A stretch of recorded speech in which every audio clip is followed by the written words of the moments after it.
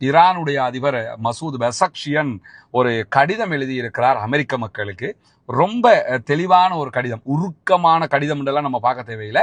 ஒரு அதிபராக ஒரு புத்திசாலித்தனமாக, ஆல்ரெடி மசூத் பெசக்ஷியன் ஒரு கல்விமான், படித்தவர் தான்.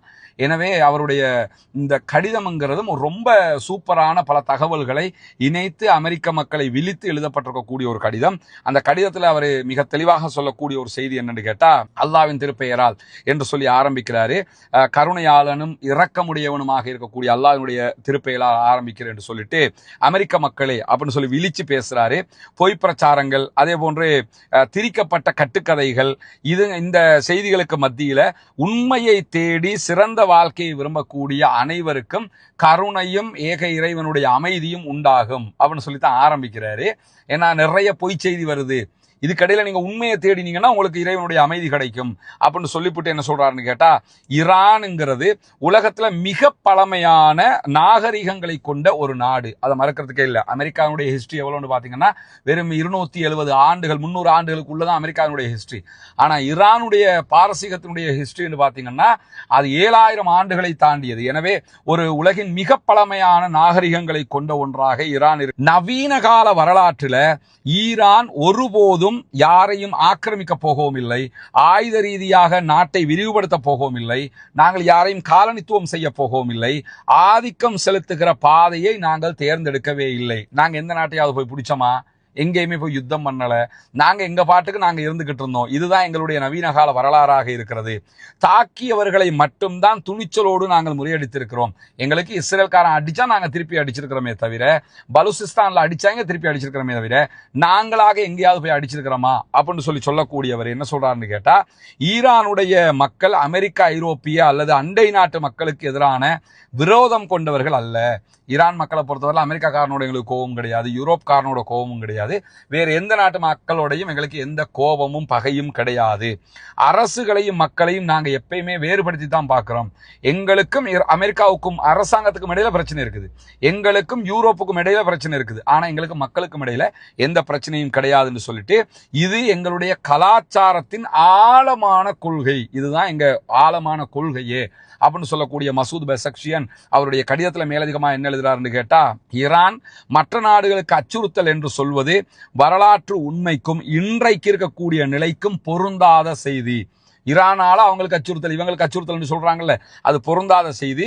இது சக்தி வாய்ந்த ஆயுதங்களை வைத்துக் கொண்டிருக்கக்கூடியவர்கள் அரசியல் தங்களுடைய பொருளாதார தேவைகளுக்காக உருவாக்கப்பட்ட ஒரு பொய். இது எங்களை அச்சுறுத்தல் என்று ஏன் சொல்றாங்கன்னு கேட்டா, அவன் சம்பாதிக்கணும், அவனுக்கு அரசியல் பண்ணிக்கிறணும், உங்களை வச்சு அவன் ஆட்சியை பண்ணிக்கிறணும், இதுக்காக வேண்டி உருவாக்கி இருக்கக்கூடிய ஒரு பொய்யான செய்தியாக இருக்கிறது என்று ஆயுத தொழிலை செய்யக்கூடியவர்கள், இராணுவ ஆதிக்கத்தை தக்க வைத்துக் கொள்ள விரும்புகிறவர்கள், அதே போன்று ராணுவ சந்தையை கட்டுப்படுத்த விரும்புறவங்க, அதாவது ஆயுத வெப்பன் பிளை பண்ணக்கூடிய சந்தை இருக்குதா இல்லையா, அதை கட்டுப்படுத்தணும் என்று விரும்பக்கூடியவங்க, இந்த மாதிரி ஆட்கள் எல்லோருமே என்ன பண்றாங்கன்னு கேட்டா, ஒரு போர் தொடங்காத நாட்டுக்கு ஒரு அச்சுறுத்தல் என்று சொல்லிக்கிட்டு ஈரான் மேல தாக்குதல் நடத்த வர்றாங்க. அதனாலதான் நாங்க தற்காப்பு நடவடிக்கைகளை மேற்கொண்டு வருகிறோம். இந்த தாக்குதல் எல்லாமே ஆயுத பிசினஸுக்காக நடக்கக்கூடியது என்பதை அமெரிக்க மக்கள் புரிந்து கொள்ளுங்கள் என்று சொல்லிட்டு, ஒருபோதும் யுத்தமே ஆரம்பிக்காத நாட்டின் மேல உங்க நாடு தாக்குதல் நடத்தியது சரியா என்று சொல்லி கேட்கக்கூடியவர் என்ன சொல்றாருன்னு கேட்டா, நாங்கள் நடத்துகிற தாக்குதல் என்பது சுய பாதுகாப்பு மட்டும்தான். 1953 அமெரிக்கா எங்கள் ஜனநாயகத்தை கவிழ்த்தது, எங்க நாட்டுக்கு இருந்த ஆட்சி ஜனநாயகத்தை கவிழ்த்தாங்க, எங்களுடைய வளங்களை தேசிய மயமாக்குறதுக்கு நாங்க முயன்றோம், அதையெல்லாம் 1953 தடுத்தாங்க.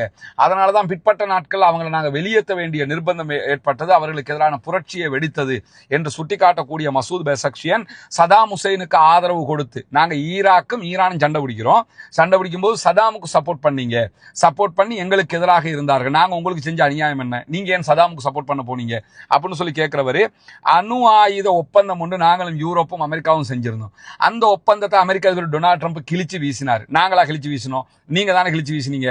அழகா பட்டியல போடுறாரு, எங்களுக்கு எதிராக நீங்க இருக்கிறீங்களே தவிர உங்களுக்கு எதிராக நாங்க இருக்கல. அதே மாதிரி பேச்சுவார்த்தை நடத்திக்கிட்டு இருக்கும் போதே 2 வாட்டி எங்க மேல அட்டாக் பண்ணிருக்கீங்க. ஏற்கனவே ஜூன் மாத அட்டாக்கும் எங்களோட பேச்சுவார்த்தை நடத்திக்கிட்டே பண்ணினீங்க, இப்பொழுதும் பேச்சுவார்த்தை பண்ணிக்கிட்டே எங்க மேல அட்டாக் பண்ணினீங்க. இதுவெல்லாம் எங்களுக்கு அமெரிக்க அரசு செய்த மாபெரும் துரோகம். ஆனாலும் இந்த அழுத்தங்கள் இப்படி தாக்குறது, எங்களை அடக்க நினைக்கிறது, எங்களுக்கு எதிராக செயல்படுறது, இது எல்லாமே எங்களை பின்வாங்க வைக்கவில்லை என்று சொல்லிட்டு சொல்றாரு. நீங்க ஈரானை பத்தி என்ன நினைச்சுக்கிட்டு இருக்கிறீங்கன்னு சொல்லிட்டு 30% இருந்த ஈரானிய மக்களுடைய கல்வி அறிவை 90% மேல் உயர்த்தி இருக்கிறோம். உயர்கல்வி, தொழில்நுட்பம், மருத்துவம், உள்கட்டமைப்பு எல்லாமே பெரிய அளவில் முன்னேறி இருக்குது. ஈரானுக்கு வந்து பாருங்கிறது. ஈரானுக்கு வந்து பார்த்தா தெரியும், நாங்க தொழில்நுட்பத்துல, உயர்கல்வியில எல்லாத்துலயுமே நாங்க முன்னேறி போய் இருக்கிறோம்னு சொல்லிட்டு இந்த இப்ப நடக்கக்கூடிய யுத்தம் இருக்குதா இல்லையா, இந்த யுத்தத்துல குண்டு வீச்சு, தடைகள் இதெல்லாமே எங்கள் மக்களை பாதித்து கொண்டிருக்கு. எங்களுக்கு பொருளாதார தடை விதிச்சிருக்கிறீங்க, எங்களுக்கு குண்டு போடுறீங்க, இதுவெல்லாம் எங்களை கடுமையாக பாதிக்கிறது என்று சொல்லிட்டு சொல்றாரு. குழந்தைகளை கொல்றது, புற்றுநோய் மருந்துகள் தயாரிக்கக்கூடிய ஃபேக்டரி மேல குண்டு வீசுவது, உங்களை எல்லாம் கற்காலத்துக்கு அனுப்பி விடுவோம் என்றெல்லாம் பெருமை பேசுவது, இது அமெரிக்க மக்களுக்கு எப்படி உதவும்? ஏன்னா இந்த ஸ்டேட்மெண்ட்டை நேற்று தான் அமெரிக்க அதிபர் சொல்லியிருந்தாரு, நாங்க ஈரானை அழிச்சு கற்காலத்துக்கு அனுப்பிடுவோம் அப்படின்னு சொல்லியிருந்தாரு. அதெல்லாம் சுட்டிக்காட்டி சொல்றாரு, எங்களுடைய மக்கள் மேல அட்டாக் பண்றீங்க, குழந்தைகளை கொல்றீங்க, அதே மாதிரி புற்றுநோய்க்கு மருந்து தயாரிக்கக்கூடிய ஃபேக்டரிகளை அழிக்கிறீங்க, மருந்து ஃபேக்டரிகளை, இது எல்லாம் பண்ணிட்டு ஈரானியர்களை கற்காலத்துக்கு நாங்க அனுப்புவோம். எங்களை நீங்க கற்காலத்துக்கு அனுப்புறதுனால அது எப்படி அமெரிக்க மக்களுக்கு லாபமா அமையும்? அதனால அமெரிக்க மக்களுக்கு என்ன பலன் இருக்குது அப்படின்னு சொல்லி அப்படியே அமெரிக்க மக்களுடைய மூளையை திறந்து விடுற மாதிரி அழகாக அவருடைய கடிதத்தை அமைத்திருக்கக்கூடிய ஈரானுடைய அதிபர் மசூத் பெசக்ஷியன் அவங்க என்ன சொல்றாங்கன்னு கேட்டா, இஸ்ரேல் தன்னுடைய நலனுக்காக, தன்னுடைய தேவைக்காக அமெரிக்காவை பயன்படுத்திக்கிட்டு இருக்குது. அமெரிக்கா ஃபர்ஸ்ட் என்று சொல்லக்கூடிய நிலையில நீங்கெல்லாம் இருக்கும்போது இஸ்ரேலுடைய கவர்மெண்ட் அமெரிக்காவை வந்து தன்னுடைய ஏஜென்ட்டாக பயன்படுத்திக்கிட்டு இருக்கு. நீங்க அமெரிக்கா ஃபர்ஸ்ட்னு நீங்க கற்பனை பண்ணிக்கிட்டு இருக்கீங்க. ஆனா இஸ்ரேல்காரன் உங்களை பயன்படுத்தி உங்களோட நாட்டையே நாசமாக்கிக்கிட்டு இருக்கிறான்னு சொல்லிட்டு எங்களுடைய மக்கள் படித்தவர்கள், எங்களுடைய மக்கள் திறமையானவர்கள், உலகிலேயே தலை சிறந்த பல்கலைக்கழகங்களில் படிக்கக்கூடிய எங்க மக்கள் நீங்க பார்க்க முடியும், வேலை செய்யக்கூடிய மக்களை பார்க்க முடியும்.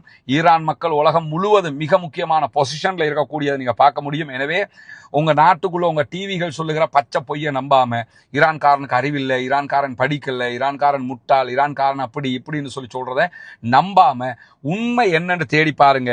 இந்த யுத்தமே உங்களுக்கு அதுக்குரிய படிப்பினையாக அமைந்திருக்கின்ற இந்த யுத்தம், இந்த மோதலுங்கிறது சாதாரணமாக இல்லாம இதற்கு முன்பிருந்ததை விட அதிக விலை கொடுக்கக்கூடிய நிலைக்கு அமெரிக்காவை தள்ளும். நீங்க நினைச்சுக்கிறாதீங்க சாதாரணமா கடந்து போயிருவோம்னு. கடுமையான விளைவுகளை அமெரிக்க மக்களுக்கு இது ஏற்படுத்தும். டொனால்ட் ட்ரம்ப் அமெரிக்காவுக்கு நலவு செய்யற என்ற பேர்ல நாசத்தை உண்டாக்குறார் என்று சொல்லிட்டு ஈரான் ஆயிரக்கணக்கான ஆண்டுகளாக பல ஆக்கிரமிப்பாளர்களை நாங்கள் தாண்டி வந்திருக்கிறோம். எனவே இந்த ஆக்கிரமிப்பையும் தாண்டுவோம், ஜெயிப்போம், நிலைப்போம் என்று சொல்லி அவர் அமெரிக்க மக்களுக்கு எழுதியிருக்கக்கூடிய கடிதத்தில் மிக தெளிவாக பேசியிருக்கக்கூடிய காட்சியை நம்ம பார்க்க முடிகிறது. எனவே இது ஒரு முக்கியமான கடிதமாகவும் அவதானிக்கப்படுகிறது. சர்வதேச ஊடகங்கள்ல அந்த அளவுக்கு துல்லியமாக ரொம்ப யோசிச்சு கரெக்டாக எழுதியிருக்கக்கூடிய கடிதமாக இருக்கிறது. அமெரிக்க அதிபர் டொனால்ட் ட்ரம்ப்புக்கு நெத்தி பொட்டுல வச்ச மாதிரி, கன்னத்துல அரைஞ்ச மாதிரி இந்த கடிதத்தை மசூத் பெசக்ஷியன் அவர்கள் எழுதியிருக்கிறார். எனவே ஈரான் தொடர்ந்து வெற்றி பாதையில் பயணித்துக் கொண்டிருக்கிறது. ஈரானுடைய வெற்றியில எந்த விதமான பின்னடைவும் ஏற்படவில்லை. அமெரிக்கா தொடர்ந்து தோத்து வருகிறது, இஸ்ரேல் தொடர்ந்து தோல்விகளை சந்தித்து வருகிறது என்கிற செய்திகளை நம்ம பார்க்க முடிகிறது.